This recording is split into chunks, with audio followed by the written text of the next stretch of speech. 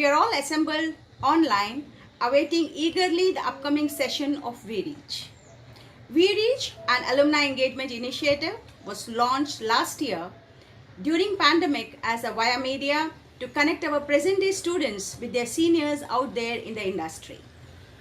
When a batch passes out, all students are awarded the same degree. But once a student leaves the campus, the journey beyond in the real world is very much an individual sojourn. Our efforts via WeReach is to present some of our success stories so that you all become aware of the various options, paths, possibilities awaiting you ahead in your life. We hope that you all will enjoy discovering these new avenues by listening and interacting with your seniors. May these interactions broaden your horizons and prepare you to blaze your own trails when your time comes. Before I conclude, I would like to appreciate the efforts taken by our alumni for being part of this We Reach. Thank you all. Stay home and stay safe.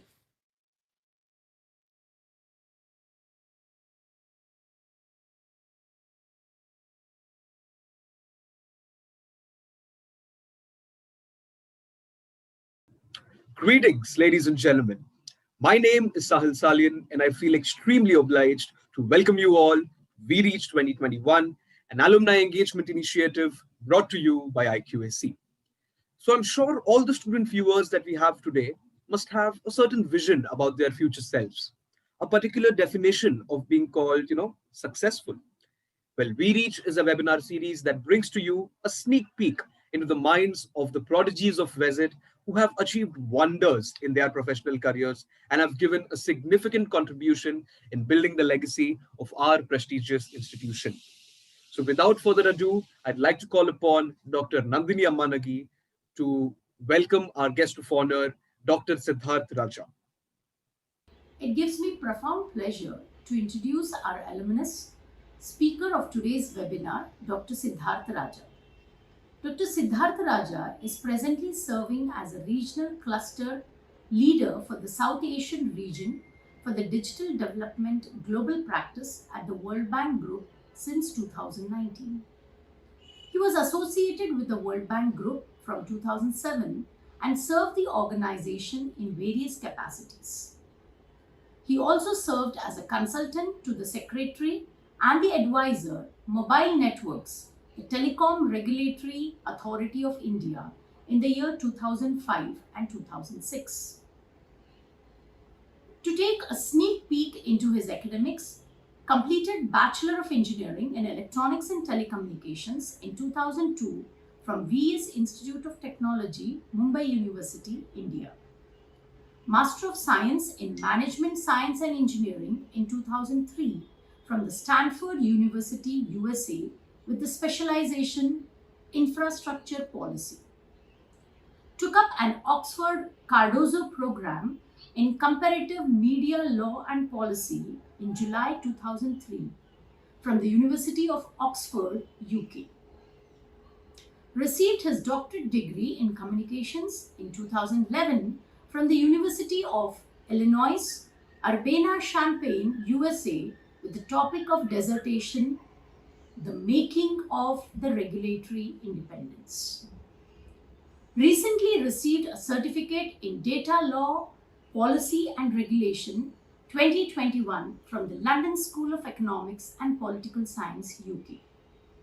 He has around 7 publications to his credit, with most publications related to strategies and policies for the World Bank. So I, Dr. Nandini Ammanagi, Assistant Professor of the Electronics and Telecommunication Department, VESIT, finds pride to welcome an erudite alumnus currently working with the globally acclaimed World Bank to the We Reach 21. Thank you. So thank you, ma'am, for that wonderful introduction. And now I'd like to ask our guest of honor to speak a few words. Thank you, Sahil. Thank you for having me here. Thank you, Dr. Nandini, for the very, very kind introduction. I'm very honored to be here. Let me maybe just start off by talking a bit about my vested link, which is that I graduated from the Electronics and Telecommunications bachelor's degree in 2002. So it's been now almost exactly a little bit more, in fact, than 19 years since I graduated from VESIT.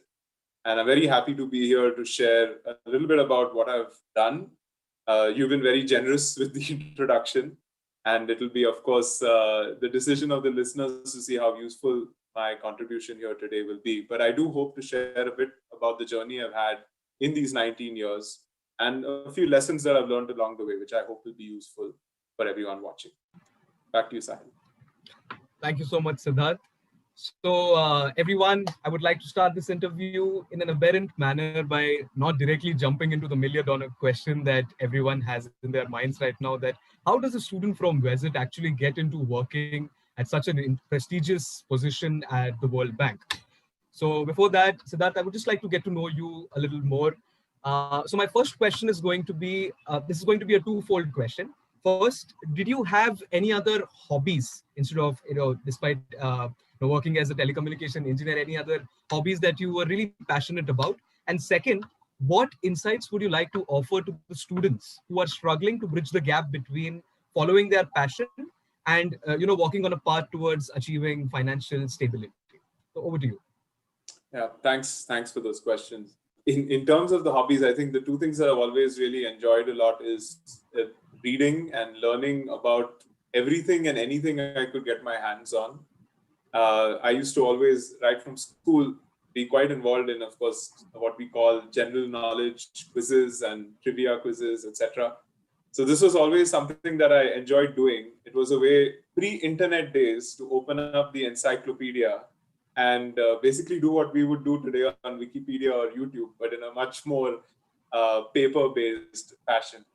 And I really enjoyed doing that because it allowed me to learn so much about the world that we live in, and really, I feel, helped me to build a very broad base of knowledge, even just personally, in terms of things that people do, where they live, how they live, and something that I find very useful today, being able to tap into that understanding, especially as I work now all over the world with people from different cultures. So that's been super helpful for me. And then the second hobby that I've had, which also somehow plays a role in my life today and through this career journey that I've had, is music. I played the guitar. Some of the professors at the college and maybe alumni will remember my musical contributions back in the day. And this has always allowed me to have something very distracting that in times of, let's say, stress, or where I just needed to be on my own, just being able to sink into some music. Of course, now we have so many different avenues to hear music and enjoy that. But also just to play myself on my guitar, just to have that outlet, a little bit of a creative outlet, has always been a way to keep myself a bit grounded and sort of forget about whatever stresses and strains might exist in my academic or professional life. So that's always been very helpful for me. And in fact, coming to your second question, something that I think you need to keep in mind and you need to remember as you're getting through life, not that I have had that much experience, maybe a little bit more than some of you, is that this is a long game. It's very tempting to think about things being relevant today, something you have to do today, actions you have to take today. You feel like if you don't do something or there's an opportunity you miss at this moment, that it's going to somehow have this tremendous impact on your life. And of course, there are moments like that, no doubt about it. But a lot of what we are doing and a lot of what we are thinking and working on is very, very long term. We don't go from being starting off in our careers to, let's say, whatever definition of success one may have, reaching that point overnight. Extremely rare and probably questionable, if at all. And so I think the most important thing to remember is that we're all playing the long game here. If you have a passion, if you have something that you're truly interested in doing, it may be something completely unrelated to, let's say, what might earn you money or what might get you professional acclaim. The question is that something you can wait to do a bit later? Is it something you can keep learning how to do and maybe become better and better at it? So that when the moment does come, when the opportunity does come, either you find that you're financially secure or you're intellectually secure and you just are good, you just are ready to do something completely different, and then you take the plunge, you're ready for it. So rather than trying to treat this as a dichotomy, as two choices, you have to make one of those choices and give up the other. We all are now able to pursue interests in parallel. There's so many ways to do that. So I would suggest, don't think of this as a mutually exclusive choice, but try to find ways in which you can continue doing what you have to do and then find ways to do what you want to do. And if you're lucky, of course, you get to do both together. So remember, it's a long game. There's no rush to get to where you're aiming to go or you think you want to reach. Back to you, Sahil. That was, Siddharth, that was a really insightful answer, and I'm so glad that you, while you were answering, I was relating it to it so much, because I myself am a guitarist. In fact, I am the secretary of the music council of Visit. So so I have had a lot, huge impact of music in my life myself, and I know, what are the ramifications of not focusing on, just thinking that, do I really want to do this, or is this really my passion? And managing what is important and what you want to do too. So that was really, I'm sure that helped a lot of people there, that guys, you don't have to think of it as sacrificing something, but once you achieve stability, you can keep doing what you want to do at your own pace. Which also brings me to our next question, Siddharth, that I'm sure from the plethora of memories that you might have made during your time at Visit, is there any one memory that stands out? Any events, anything that you particularly remember about Visit? We'd really like to know about that. There's too many to list, actually, both in terms of personal and professional experiences and memories. I met my future wife at Visit, so that's an important an important memory, of course. If I say otherwise, I would be in trouble. Of course, the friends you make and the moments you have with them, whether it's field trips we went on or the activities we engaged in together, both some of which were welcome and some unwelcome. I'll come to that in a moment. But also professionally, I think there's a lot of little moments where if I look back today, I can certainly see the links and the influences that the time at Visit had on who I am today and what I am today. In terms of the, let's say, the more interesting memories, if I put it that way, I think one of the most fun episodes that happened, if I look at it now, is this incident where our class got together to give birthday bumps to one of my classmates. And this was something which was not allowed because of some previous mishaps in the college. But it used to happen under the radar. Unfortunately, the effort was so successful and the gentleman in question was heavy enough that the dais of the class, which was made of wood, I don't know what it is currently made of in the college, but it was made of wood. It actually broke quite substantially. And we had to, of course, fess up to that. There was a bit of a, let's say, negotiation with the management. And the class, however, got together. And it was a nice incident because on the one hand, a lot of mischief and the masti and mazak that happens, as always. But on the other hand, also, it for me was a good memory because the class really came together. Even people who were not involved in the incident chipped in because they did feel a collective responsibility there. So we were all maturing and still doing some immature things. But this was one of those episodes that's going to stick in the minds of everyone and comes up every time we meet, even 19 years later, as a shining moment that we won't forget. For sure. That's really interesting to know that even at that time, while all the teachers usually say that, 2002's batch was one of the most, sincere batches. The early batches were really sincere, and now you all have just gone too wild, and it's very difficult for you all to control. I think these anecdotes really shifted the paradigm on that one. So just any other events in particular, any extracurricular activities that you were particularly involved in Visit? How much time do we have? I was actually, Visit was great in the sense, and I'm happy to hear they have a music, you said music council, music club, right? Yes. Music council, that's great. We didn't have that at that time.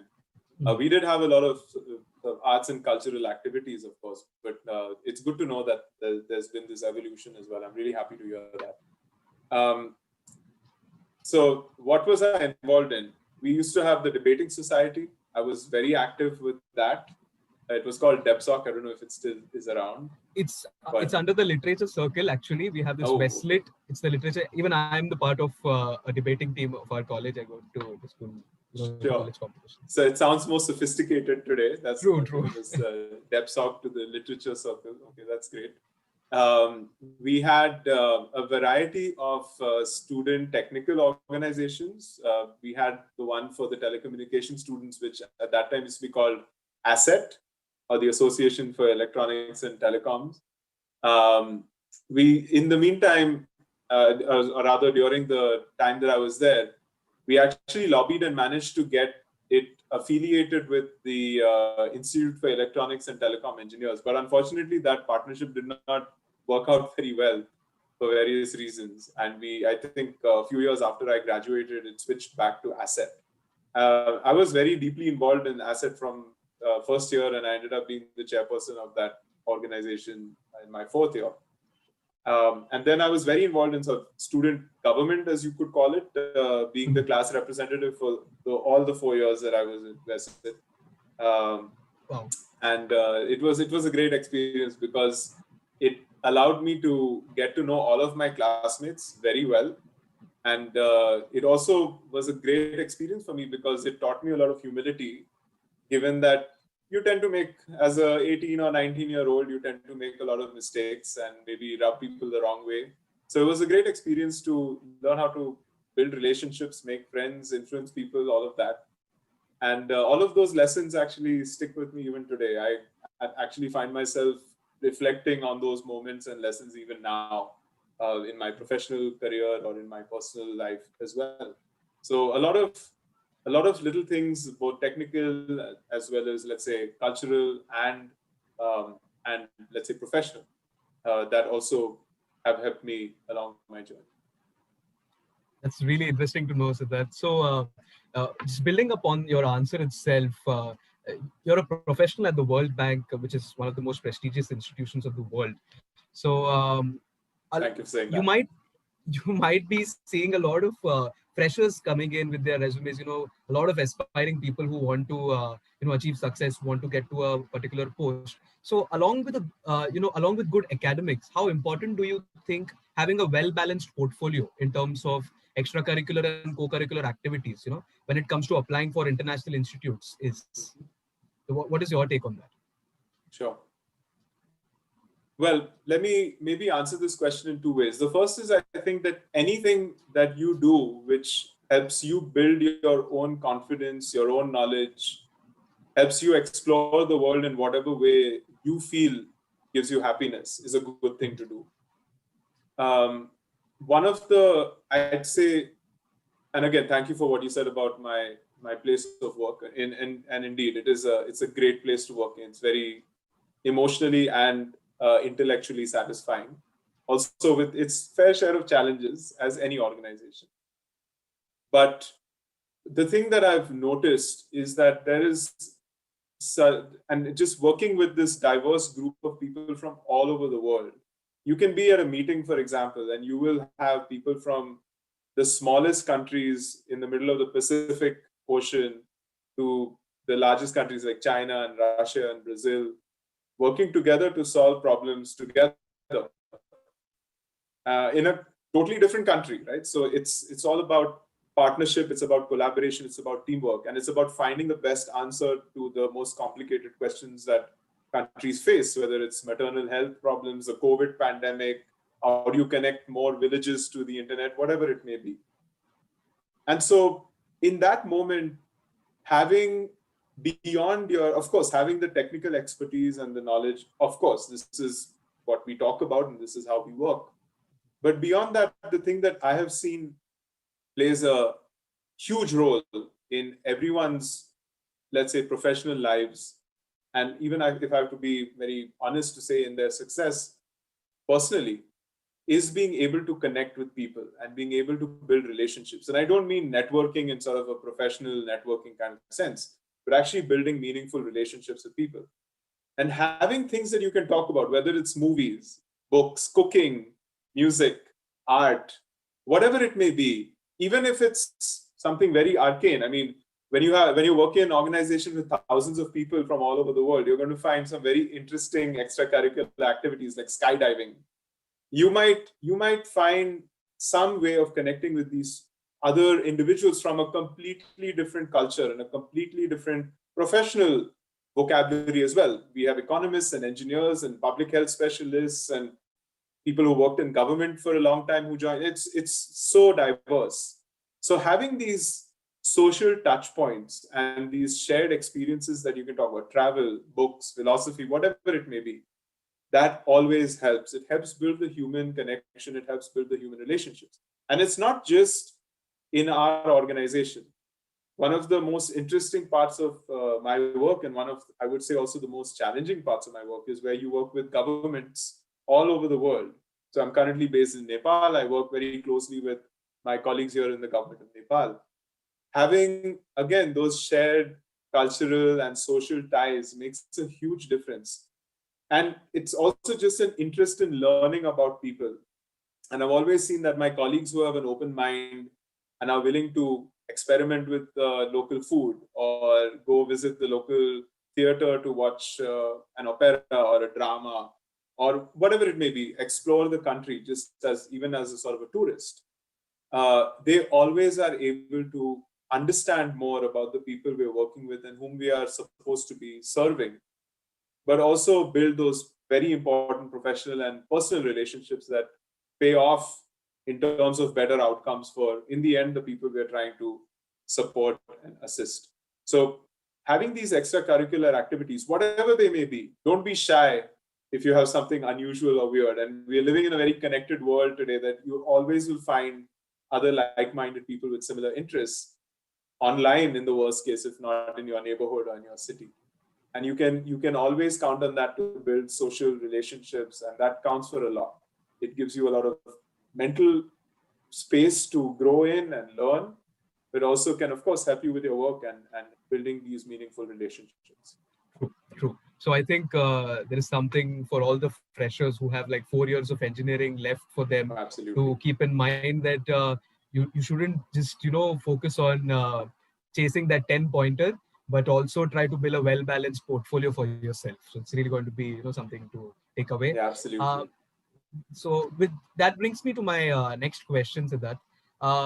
In a country where an entire generation of students is more influenced by social media and television more than education, what is your mantra of following the principle of prioritization to achieve your goals? Okay, very, very interesting question.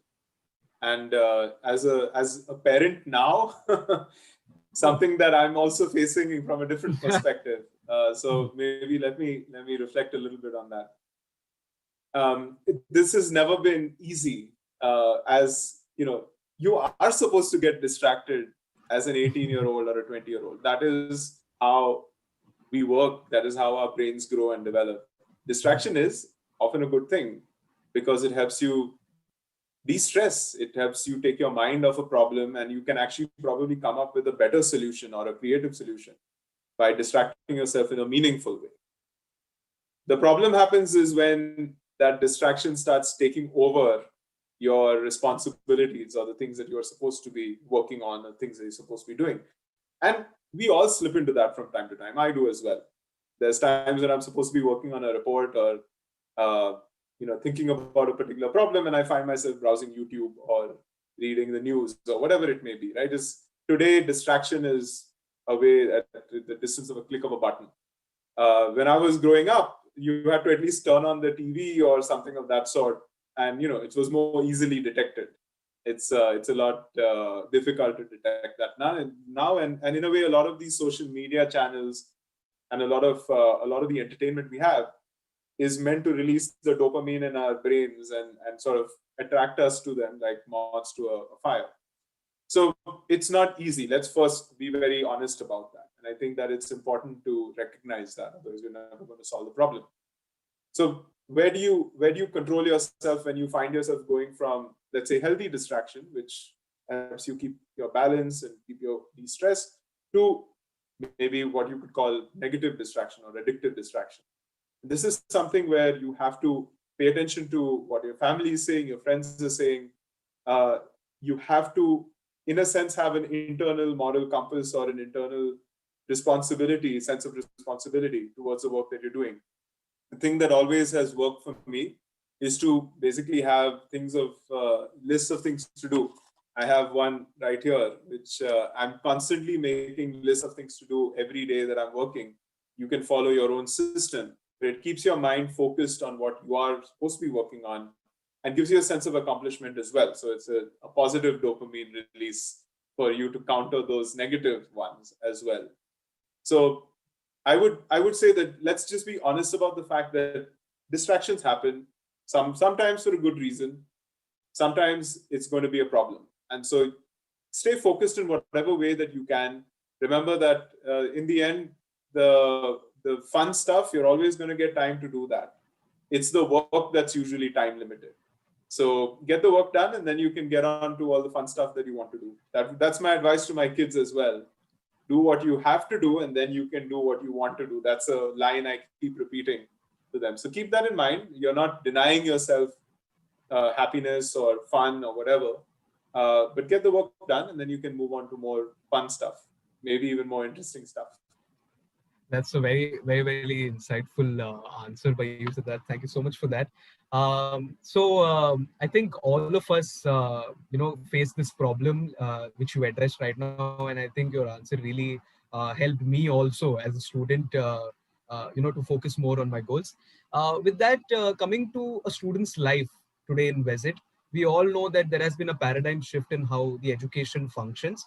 Earlier, we had our labs going on. If nothing, the teachers would physically make us focus. So now in the pandemic, everything has changed. We have online lectures. The teachers are taking lectures online on Google Meets, on Zoom calls, on Teams and everything. I just had this question in my head that if you were a student of Visit during this pandemic, what would be your strategy of building a strong profile, especially with respect to branches like EXTC, where practical knowledge of operating hardware is more important? What would be your take on that? That's a great question, very interesting question, and I think one of the interesting things that we have to keep in mind, and something that I'm dealing with in my work all the time, because I'm working on issues like internet connectivity to schools or to hospitals. We're having a lot of debates internally in our team about what we call the stickiness of the digital transition that's happened in the last year and a half. So this is all to say that sectors like education, I personally believe, are going to be delivered in a hybrid model from now on. One is because we've seen the benefits of that. There's a lot of flexibility. There's an ability to collaborate with classmates or with teachers in different ways. So there's a lot of positives to it. Of course, there are lots of challenges as well, as you can easily imagine. In a rural area, for example, kids just don't have access to good quality internet or any internet at all, or it's very expensive. I mean, there's obviously all of those challenges. The education system also in many countries has to evolve to adapt to these changes. And so one of those evolutions that's also going to take place is in terms of how practical classes, as we would call them, the practicals would be, lab classes would be delivered. It's a challenge that also exists in the medical field, in fact, even more significantly than the work that we do as engineers. Because in medicine, you obviously have to be much more hands-on. You're not going to be a good doctor, right, if you don't know how to deliver an injection or do stitches or whatever. And so in our case, in our field in particular, I think just speaking a bit more specifically on the labs, etc., I do anticipate that there will be interesting technical solutions that will emerge. I foresee the use of virtual reality and augmented reality emerging as a technical solution over the coming years that could help bridge this gap, and also will play a role for socialization, right? The reason you go to a good university or a good college is not just because of the academics, it's because you're going to meet people who are going to do well in their lives. You want to meet that network, you want to get into that network as well. You want to build your credibility in that society. And so also having that social aspect is going to be very important beyond, let's say, the education aspect itself. But to come back to your question, I think this is something where also the knowledge that we have gained over the last year in terms of how this disease works is going to help us in the future when similar situations, unfortunately, which we know will arise, will come up. How do we protect ourselves? How do we protect students and professors and others who are in there, the lab technicians and so on, to make sure that they're all safe while they get to do the physical work that they need to do. So this is, I think, one evolving conversation and a debate that will happen. Now, let me actually go to another part of the question that you're asking, which is also, I find very interesting, which is in this, one of the maybe biggest challenges you have, probably as a third year or a fourth year student now, when you're looking at starting off your career, you're thinking about jobs, you're thinking about applying to universities abroad, there's a lot of uncertainties, and I'm very sympathetic to that. We faced in my batch similar kinds of uncertainties because 9/11 happened in 2001, as a lot of us were actually doing our GREs and applying to universities in the US. And so there was so much confusion and so much uncertainty about whether we would get admission. And if so, then obviously there was all these economic impacts where the telecom sector and the internet economy, as it was called at the time, took a huge hit, as some of you may be aware. In 2002, there was a big dot-com crash and all of that happened. And so there was a lot of uncertainty that we had at that point as well, different kind of uncertainty, but certainly that did happen at the time. And I think what you have to remember is that systems evolve and systems adapt. When you are working in the field of your choice, something that you're interested in, I'm very confident you will find a way to address those challenges. Remember, again, you're playing a long game. It may appear that there will be these obstacles or challenges that you face in the near future, but you should also remember that universities, let's say in the US or in the UK or Australia or wherever, also want students. It's not a one-way street. They also will evolve. They also will find ways to make sure that they can reach you and they can teach you, so that they also fill their classrooms. It's something they need to do as well. The same thing with employers. Employers are also going to be thinking of creative ways in which they can bring new employees on board, which they also need, and basically evolve to meet these very volatile and uncertain situations. Sure, you're not alone in this. This is, in a way, it's a good thing. This is a global problem. That means that best people around the world are thinking of solutions, and we've seen how that's worked with vaccines and all of these amazing changes that we've already seen in the last even 6 months in the way that this situation has evolved. So all of this to say that these are going to be evolving questions and criteria. I'm not answering your question very directly, partly also because we faced a very different situation at that time. I'm very sure that there will be technology solutions to some of those constraints. And if you're looking at employment or you're looking at further education, know that the people you're going to be talking with are also facing these same problems from their own perspective. So you're not in this alone. You're going to somehow figure out a way, they're going to figure out a way, and you will meet each other as well. It's just that, unfortunately, we are facing increased uncertainty. We don't know how exactly that's going to work out. But you should feel confident that there will be a new solution that we found, something that will take things forward. So don't be too stressed about that. Just keep your eye on the ball, do what you need to do what you can do, where you're, and be assured that the world will also evolve to fit these new circumstances. Thank you so much, Siddharth. I think the moral of the story that everyone can take away from this could be we should focus on not what we are missing out, but on what we can do, and that's the mantra to right. Adapt with the situation at hand, and that's how we can progress. So thank you. It's very easy. It's very easy to get over. Absolutely, no, that's a great way to put it. It's very easy to get overwhelmed with all the uncertainty around us, but let's be honest, there's always going to be uncertainty about something or the other. Let's focus, exactly as you said, let's focus on those things that we have in our control, do what we can do. We have our families, our friends, our teachers around us to help, and try to keep moving forward. Don't stop, keep moving forward.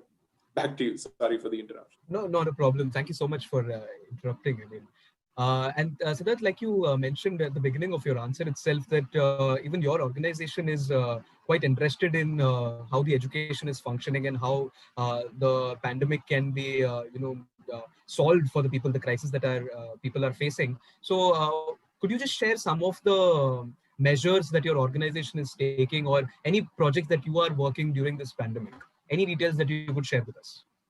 Oh, absolutely. In fact, we have a lot of information on this. There's maybe I can tell you that almost every single conversation that we have now has, in some sense, what we call the COVID lens included in it.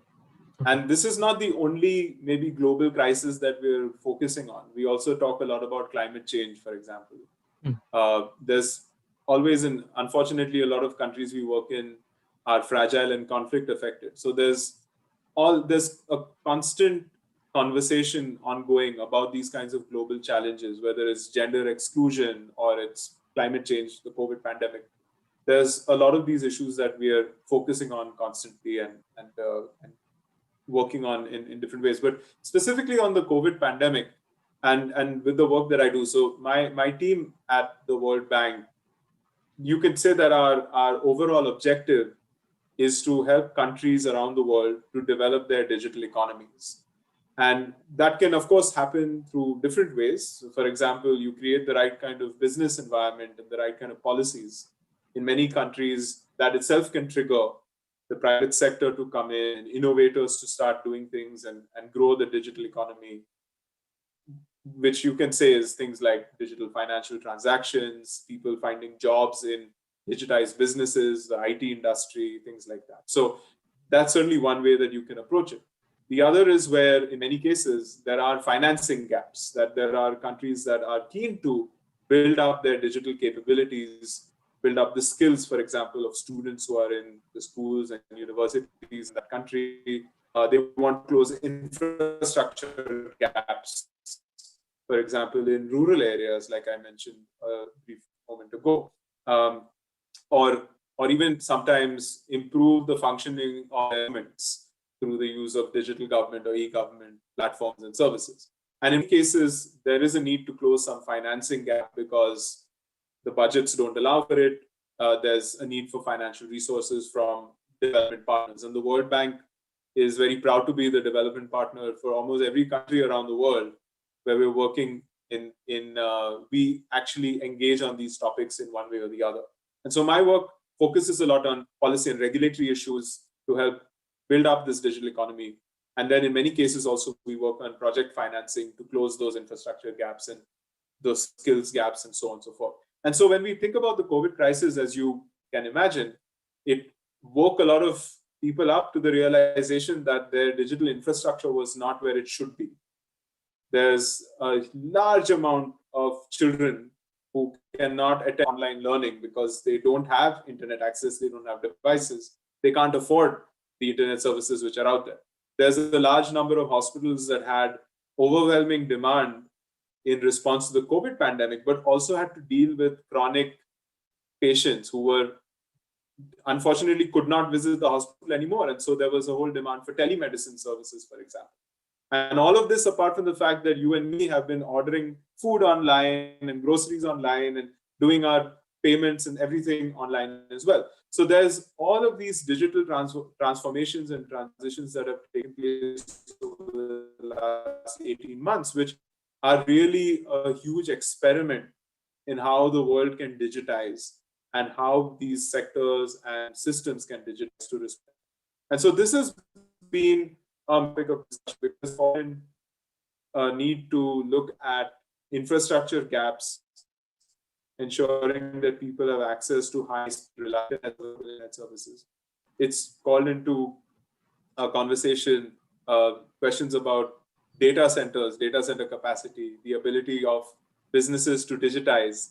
So if you're a small business, let's say in Zambia, you may not have access to finance to be able to buy let's say even a good smartphone or a good internet connection. So how do we resolve those problems? I think these conversations have really taken over, in fact, made our work much more interesting, but much more, let's say, pressed for time, because in many countries, these gaps have caused a lot of barriers to emerge that didn't exist before.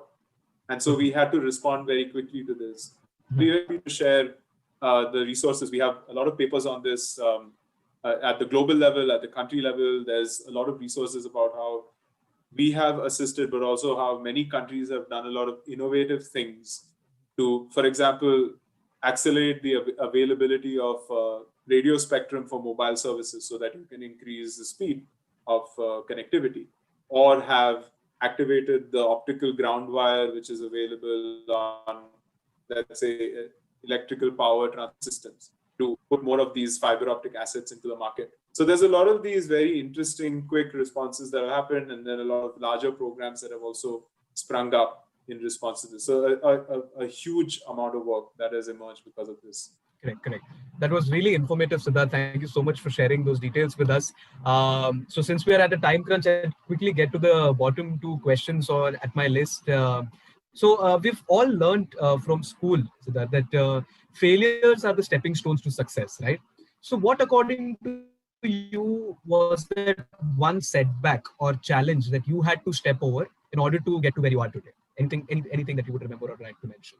Sure. Now, I've been fortunate that I haven't had any significant setbacks and failures. As I'm getting older, I realize that the real setbacks and failures that truly are life-changing are typically to do with health, or the health of family members and things like that. And we are seeing that nowadays, to unfortunate effect for a lot of our fellow people, and we are,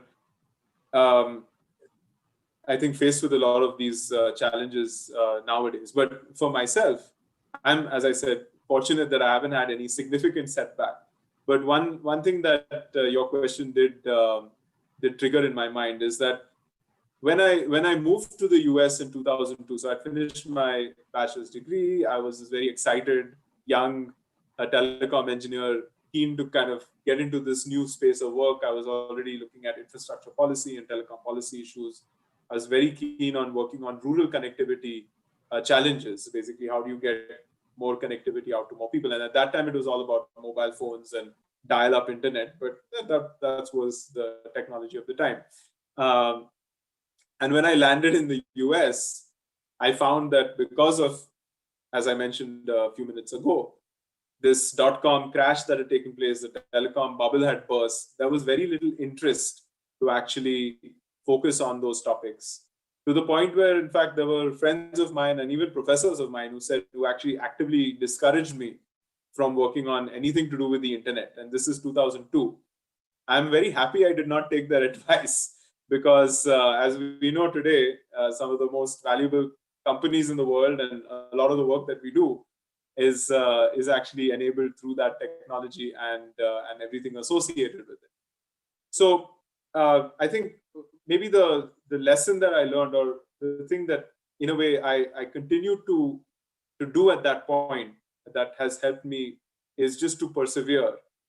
I was quite confident in what I felt was my work that I wanted to do, which was, what can I do to get more people connected to these great digital opportunities that I thought existed, and which we had begun to see by the early 2000s. E-commerce was picking up, and there were great knowledge resources online. It was, the internet was an exciting thing, and I felt that it would remain to be so. But it was difficult. And going back to my point about managing uncertainties, the thing I did know is that I'm in a great university. I was at Stanford University, obviously one of the best in the world. There was very little I could do wrong with a degree from Stanford, right? Like, in a sense, I had that safety net. So what I did try to do was just focus on my academics, meet as many people as I could, and keep talking about this interest that I had. And this is what helped me get through that, let's say, a little bit of uncertainty. I wouldn't call this a setback compared to what some of my classmates have faced or what others have faced in their professional careers. But just persevering through that with my own confidence in my ability, in my own confidence in my interests, to stay on track as much as I could, while at the same time listening to what was going on around me, diversifying a little bit. So I also started studying about energy infrastructure and about road infrastructure.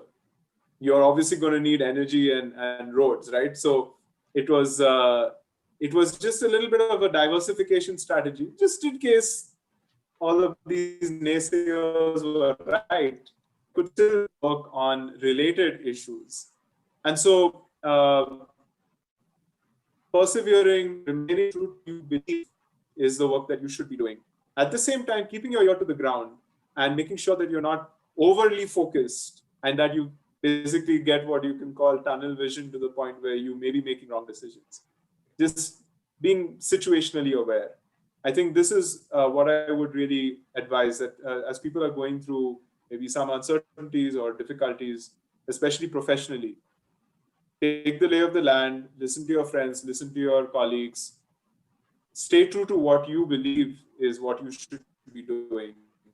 But also keep in mind, don't let your ego get in the way. Keep in mind that you may diversify, you may need to do something different, and that your strengths and knowledge can translate very well to those other things as well. So that would be my sort of takeaway from my own career.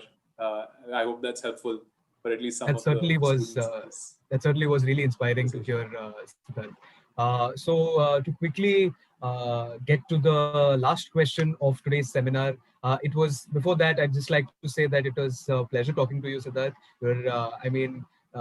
You have achieved so much in life, and yet you are really humble. And I just want everyone to know that I wanted to call Siddharth sir, but he particularly insisted me on not calling him sir and Siddharth.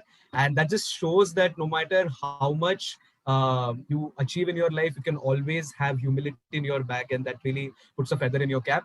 And to get to my last question for this seminar, Siddharth, you have acquired multiple degrees and you've visited various countries, and I'm sure you've had a plethora of life lessons to share.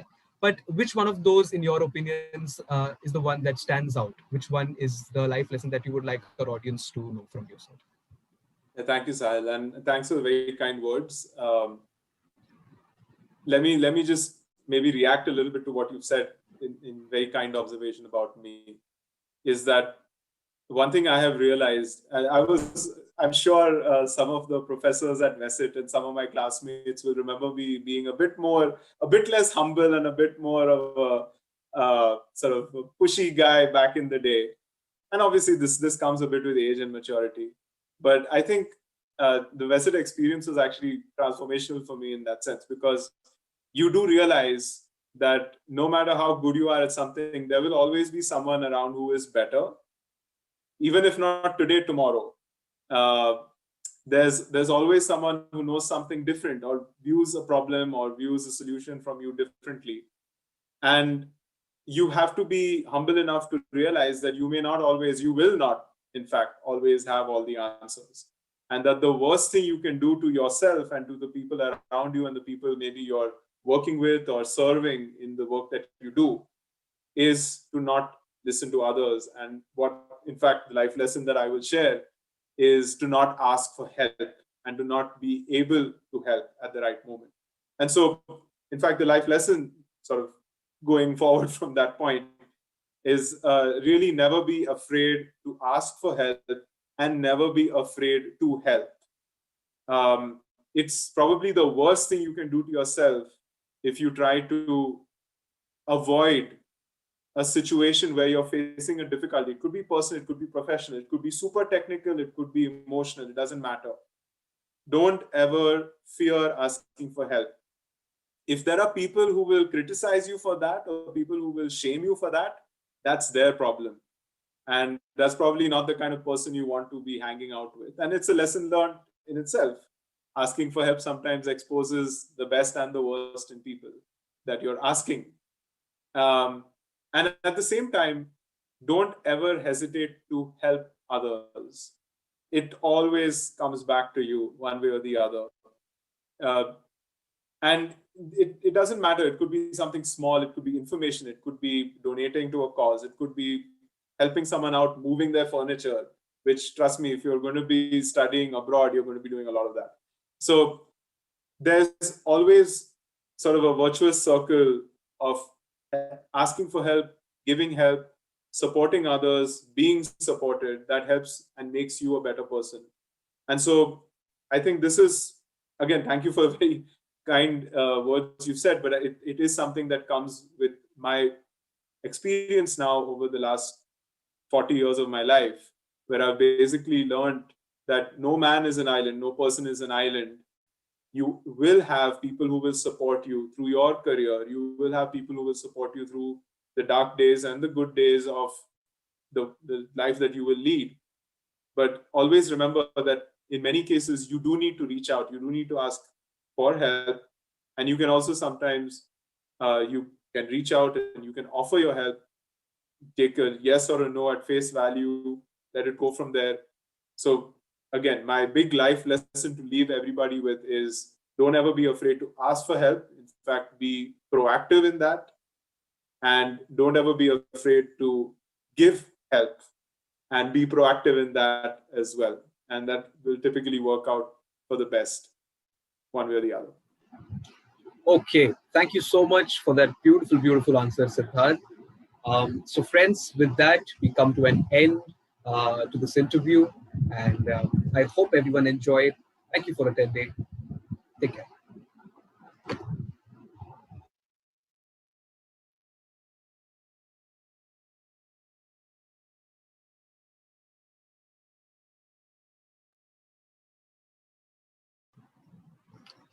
Ladies and gentlemen, my name is Sahil Salian, and I'm enthralled to welcome you back to this amazing session of We Reach 2021, an alumni engagement initiative brought to you by IQAC.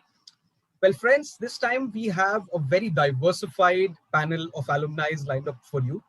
And to show you how truly diversified we are, we have a very special guest for you today. His name is Mr. Amaya Puranik. He is a graduate from our very own EXTC department, and he pursued his master's in forensic science. And to enlighten us more on this very, very interesting topic, I would now like to call upon Amaya to present his presentation that he has prepared for us. Over to you, Amaya. All right, so I've tried to keep it as brief as possible because forensics is a really broad field, and so is engineering because we have so many different branches. But what I want to highlight today is there's a connection which might not seem obvious, but it's there. So that's why I made the title of my presentation as The Forensic Connection. And to begin with, let me give you a little introduction on my story and how did I end up in forensic science after doing a bachelor's in electronics and telecommunications engineering. So here's a little timeline. I'm a 2016 pass out from VESIT, and I did my bachelor's in electronics and telecommunications engineering. After that, thanks to VESIT, I had a campus placement in Accenture, where I worked from 2016 December until 2018 as an application development analyst. And that was, I started in Pune and then I went to Hyderabad. So I've been moving around places for quite a while within India as well. It was a good experience. I learned a lot, but I also realized this work can sometimes get boring and I wanted to do something more, something different just in that sense. And thanks to a random search on what I really wanted to do, I ended up on a program page for Masters in Forensic Science of University of Amsterdam. And it was quite interesting because the field here in Masters, the Master's program in Forensic Science is pretty broad. So you will study everything from the conventional forensics, such as DNA, chemistry, and everything, but also digital forensics. And that's where I think it becomes relevant, the connection.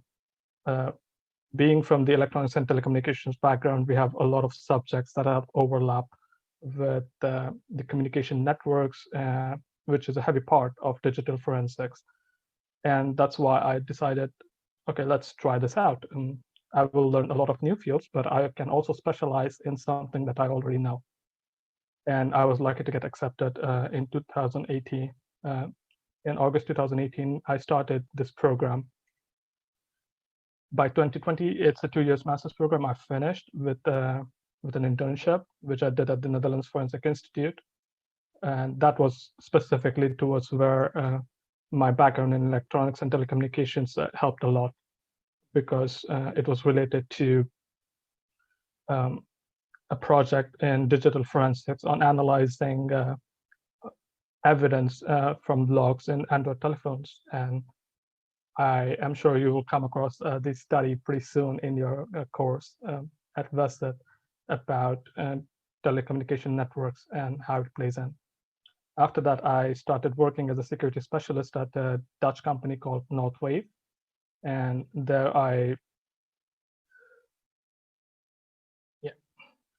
there I work as a security specialist at a security operations center, where it also is related to somewhat, it's an overlap between computer science and electronics and telecommunications.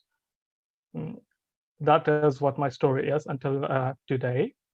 And to be continued is where I want to go from now is become a computer emergency response team's incident responder or forensic investigator, because over the course of all these years, I've found this is what I really like to do. Now, to give a clear, a very brief connection, how is engineering related to forensics? I would just ask a simple question: what is engineering? And most of us would agree that engineering is basically the application of scientific principles to build and develop solutions to complex problems. That's what we as engineers do. We see a problem and we devise a solution for it, and we implement that solution. That's what engineering is all about. And then what is forensics? Well, forensics is the application of scientific principles within the legal setting. So you can already see how these two fields are connected. It's just where these scientific principles which we study are applied in which context. Engineering has a very broad field of application, but in forensics, when you confine it specifically to the legal setting, that's when it becomes forensic science. And to give a more setting about it, it's to specifically answer complex questions, mostly related to criminal investigations. But it could also be something such as environmental engineering forensics, so where you don't really have a criminal procedure, but you still use the forensic context and the engineering context to make environment better, start investigating what things needs to be implemented to create a better environment around us, things like that. What is really important is it's a very multidisciplinary field, and that's why you will have a lot of people from different backgrounds, such as engineering, which could be even civil engineering, because there's a specific branch of forensics dedicated to this. It's called a structural forensics engineering. Very handy when it comes to incidents such as if a plane crashes into a building, or if a building just falls, then you need to know what went wrong, things like that. And this is where someone, even such as a civil engineer, is really experienced to answer these questions. And today, with the increasing amount of technology we have in our day-to-day life, digital forensics has become a very important part. All of us carry a phone with us. Everyone has a smartphone. There are cell towers all around us, and that's the domain, that's the territory of an electronics and telecommunications engineer. And you as electronics telecommunication engineers have the intricate knowledge of the systems to answer questions if a phone was at a particular place at a particular time, to map people's location based on the telecommunications data we have, to answer questions related to a case. So that's just a brief gist of how engineering and forensics connect. What I would also like to highlight is it's an interdisciplinary work. So you will have to work with a lot of different teams, some from life sciences background and some from other engineering disciplines. So that is an interesting part. To give a rough idea of how does engineering overlaps with forensics, the first and most important I see is digital forensics, especially with the context of electronics and telecommunications. And then there's a broader overlap. There's always a lot of research going on. So as an engineer, we know how to build things. And as an engineer, we can build solutions, even in forensic context, make different tools that add more objectivity to the investigations. That also falls on the product development part, where engineers have a really good knowledge of. And we need products in forensics as well. to do automated investigations, reduce time spent on doing trivial, mundane tasks. From when I studied back in 2016, we had some subjects, and I would like to give you an idea how it connects. So on a course level overlap, we had subjects such as CCTN, I believe that's how it's said, computer and telecommunication networks. So how does it fit in forensics? Well, like I explained earlier, when you know telecom networks, you know how to place digital devices in a geolocation context. So that's what we call a source attribution in digital investigations. You might have a simple question, some crime happened, or you found a site of accident, and you find a phone at that place, and you want to know who this phone belongs to. If this person was at this place, or from just the phone, you can find who's the missing person is in cases like that. But that's how there's a connection. Then there was a subject I learned during my bachelor's was image and video processing. And it's very vital. I realized how important it is when in the forensic context. We all see different CSI shows a nice fingerprint. That's not how it is in reality. It's really difficult to just look at the fingerprint you get from a glass or a bottle and see that picture you would see in the shows. No, that's not how it works in real life. That's where the things such as image and video processing comes in picture. You have to work on it to make it, enhance it, so it's reusable. That's how, and only someone who has a knowledge of image and video processing can do that. And I think that's where we come in. And specifically gearing down to electronics. Well, I'll give you an example. You find a phone, but it's locked. If you try to put on password too many times, it's going to erase the data. Is that the end of investigation? No, that's not. There is something called as chip off and JTAG procedures where you operate the device on the microchip level. And that's the knowledge we in electronics and telecommunications have. We have the intricate knowledge of ICs, integrated circuits, how they work, what can be done to avoid any data damage. So this field-specific knowledge we have from our background, from our bachelor's that we study in electronics and telecommunications, and which can be used in forensics. I'll just give you a very, very quick rundown of a case study. For example, there were illegal images transferred over social media platforms. And the question is, we want to test if we have a suspect and we want to test if these images were transferred by this particular person. How would you do that? We have a phone. This is a rough idea. What you can do, you can look up at if it was connected to some laptop from where it was transferred. You can see the metadata of it.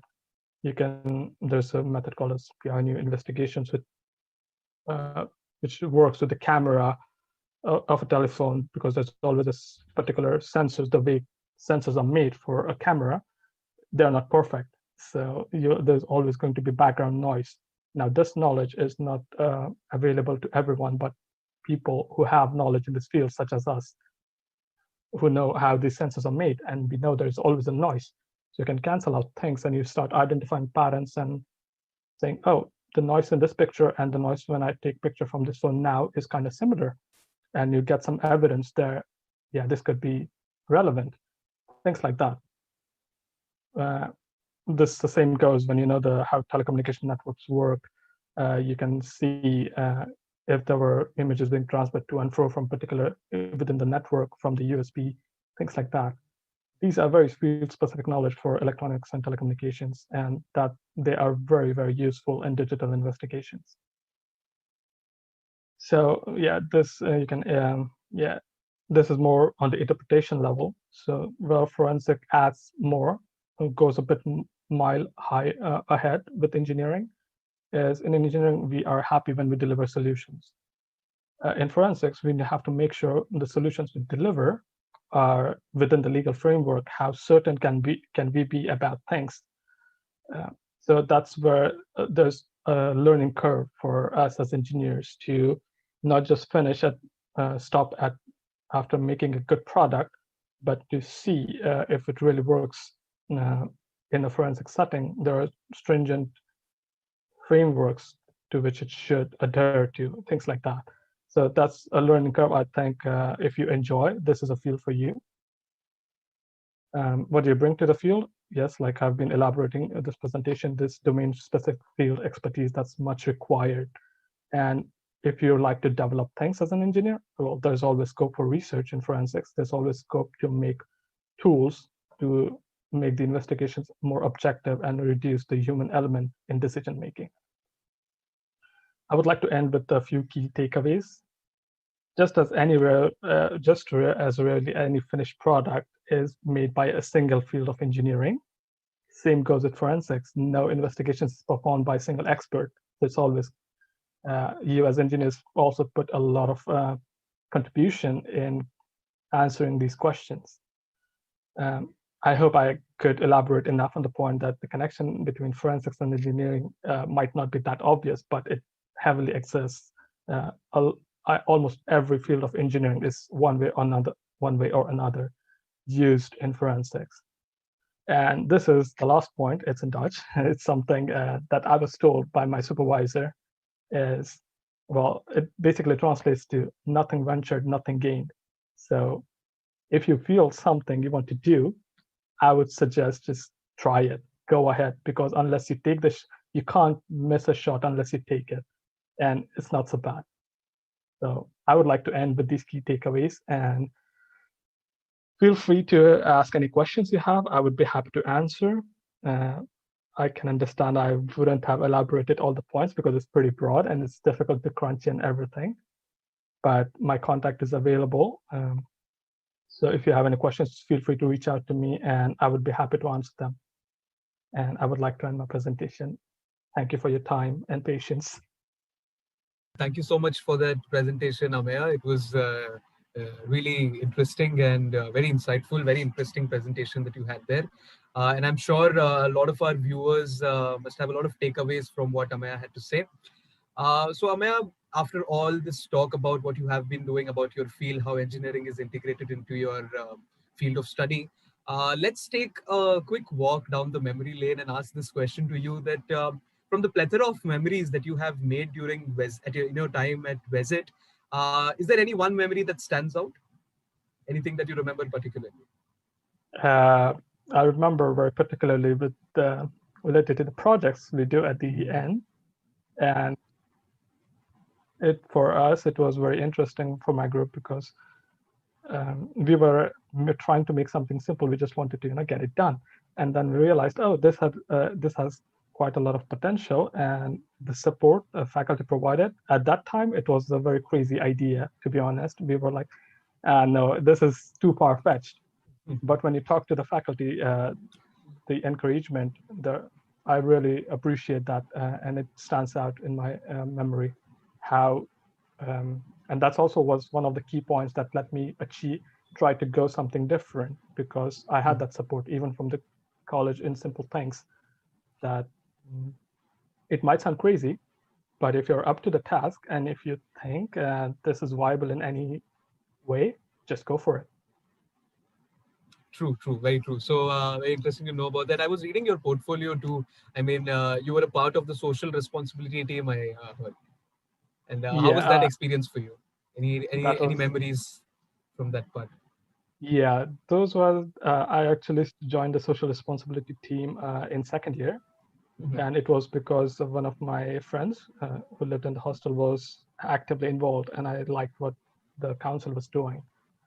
So my memories from that time would be when we used to visit a lot of different NGOs and provide help to them in any way needed. We also did some activities such as cleaning up the Chambers station, things like that, which was pretty interesting. Cleaning up the beach, the blood donation camps every year. So those are all the events that stand out, and you can see you can make a lot of difference, not just in the field of what you study, but also socially. And I think that's what gives you a sense of accomplishment within the college as well. It's not just about getting the good grades and getting out. It's about making an impact. And I think the council, that's how you can make some impact in the society. And I'm glad Vasit has that council. True. And you would be very happy to know that we still have that council running, and everything that you mentioned, the blood donation camps, the cleaning drives, and all those things are still active. I mean, for the pandemic, they're at a halt, but before that, everything was still very active. We call it the SOT Council these days. And okay, just building up on that answer itself, Amaya, what according to you, how much is the importance of, having a well-balanced portfolio when it comes to, extracurriculars and co-curricular activities? How important are these things along with having good academics when you're applying for international institutes, let's say for jobs or for masters? How important do you think these things are? I think it is very important because when you apply to any job, maybe national or international, especially in international contexts, and even for studies, it's not just the good grades that get you in, because a lot of institutes would like to see you as a person, as a personality. And when you have all these things on your profile, it gives a sense of what kind of person you are. Just being a good student is required, yes, but being a socially adaptable person is also important. And that's what is showcased from different activities you do. And that's what is also very well appreciated by international institutions, be it academics or the jobs. True, very true. Amaya, thank you for that insightful answer. And well, to my next question, we all know that whenever someone changes their field, one always faces the challenges that anyone would face in a new environment. Like you just mentioned in your presentation too, there was a lot of dynamics happening in your life when you were changing from one field to other. And luckily you had interest in that field, and that is why you pursued it. So what would be your advice as a person who is from an engineering background, who is an engineering graduate, and who went to pursue his master's in forensics? What advice would you like to give to our students who are on a path to change their fields and are aspiring to apply for international institutes? My advice would be, we have this really mindset that if you start doing something, you have to keep doing it. My advice would be to accept that it is okay to change things. It's okay to move on to something that you really like. You don't have to put on with something that you're not interested in. A simple calculation, in my opinion, is an average person spends about 40 hours at work. And if you're not happy for those 40 hours a week, it's going to start affecting your personal life as well. So it's not good for anyone, not for you, not for people around you. So if you feel you have passion for something, just make sure you have a plan in place. Just because you want to do something, just don't throw everything away and start doing something. Have a plan. Chart your course, how you want to pursue things. Start putting short-term goals on what I expect, what I want to get done by this time. It's not on a strict basis that everything is lost if you don't achieve that goal within that set time. But just putting those goals in front, it gives you a trajectory on where you want to go and how you want to do things. And you can start evaluating on the steps. Is it working? Is it not working? What do I have to change? From my personal experience, this happened for me. It was a big learning curve last 6 months after my graduation when I was looking for a job. And believe me, it's not easy to get a job in a different country. There's a lot of things at play and not everything is in your control. But after applying for repetitively to a lot of jobs and not getting interviews, you have to start thinking, what am I doing wrong, or what I should change? Because you're not going to get the results by repeating the same things that have failed in the past. So that's where this trajectory and planning comes in play. So you know when to change things, but you know when you have to tweak your system a little bit. And that would be my advice. Go for it, but have a plan in place. Thank you so much, Amaya. That was really insightful. And honestly, a lot of my own batchmates, are planning to do masters and that too masters in different fields that are not related to engineering too. And I think this answer would really help them. And it's really inspiring how you also were brave enough and had a proper plan to pursue your dreams for the future. So coming to the last question for today, Amaya. With respect to your job portfolio, do you have anything that you would like to share about what you are currently, working on, and which work environment do you prefer the most? I mean, the pre-pandemic or the post? Because apparently you've lived through both. So, what according to you was more suitable for yourself? Well, to begin with, what I do right now in my job is I work in a security operations center as a security specialist, which means I work with different customers whose security is our responsibility. And if anything goes wrong or anything is suspicious within the networks or systems that we monitor, it's our job to make sure the customer knows, and we give advice on what they can do to prevent any damages, things like that. For instance, we also work with situations where customers have a cyber attack, such as ransomwares, things like that, and helping them getting back on their feet and making sure that it does not happen again. That's what my job entails right now. And regarding the next question, what job environment I prefer? Definitely pre-pandemic, because working from home might sound nice at the beginning, but honestly, it doesn't cut it, because you need that interaction with your colleagues. And it's also much easier if you have a problem just to walk by someone's desk and ask, hey, I don't know this, can you help me with something? Rather than asking someone over Teams call and taking forever. Hi, is anyone there? I need help. And then maybe 5 minutes later, someone like, oh, you were saying something, what's the problem? It's just like very disconnected. So definitely pre-pandemic. Thank you everyone for giving me this opportunity to present. I hope I gave you a little idea about the connection between forensics and engineering. If you have any further questions, you can feel free to reach me out on my contact number or email. Thank you. So with that, ladies and gentlemen, we finally come to an end to today's wonderful session. We had some really inspiring stories to tell. I hope everyone enjoyed. Most importantly, I would like to remind everyone to fill the feedback form that would get to you soon in order to claim your certificate for attending this session. Once again, a big thank you to all the audience members, to all the teachers, to all the panelists for attending this seminar. With that, this is Sahil Salian, your host, signing off.